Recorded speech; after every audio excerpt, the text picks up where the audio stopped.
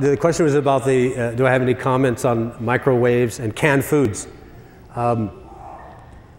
Actually, for all the technology that's around now, canned foods is almost a kind of minor thing compared to some of the things that are going on with genetic engineering, et cetera, et cetera, et cetera. Microwaves are not a good thing, no question about that. And all of the waves that are present in our society. I happen to live in a place, like I said, I live in a luxurious spot. I live in a place in the mountains where there is no television reception. We do not get it. If you put an antenna up, you don't get a radio. I've got one or two maybe, and they come in and out. So, you know, alhamdulillah, but that's not most people's lot. Most people's lot here in the cities, we are bombarded with all kinds of things that we know about and things we don't know about probably in terms of waves, information, and it probably has a pretty serious effect on the organization on a subtle level of both our bodies and, you know, cellular growth. It probably has more effect than we've been able to identify. But some of it's identifiable and recognizable and it's been documented.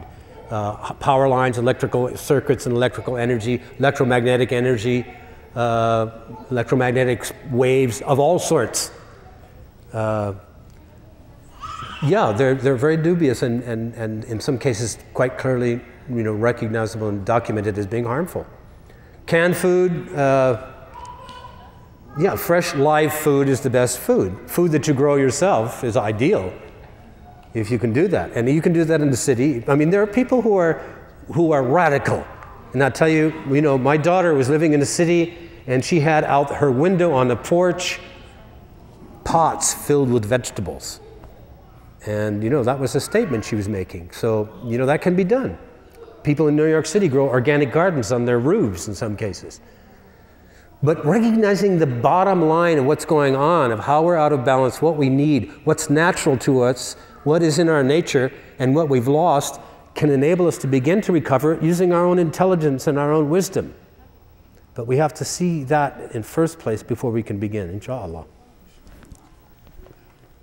Jazakumullah khair, Brother Hakim.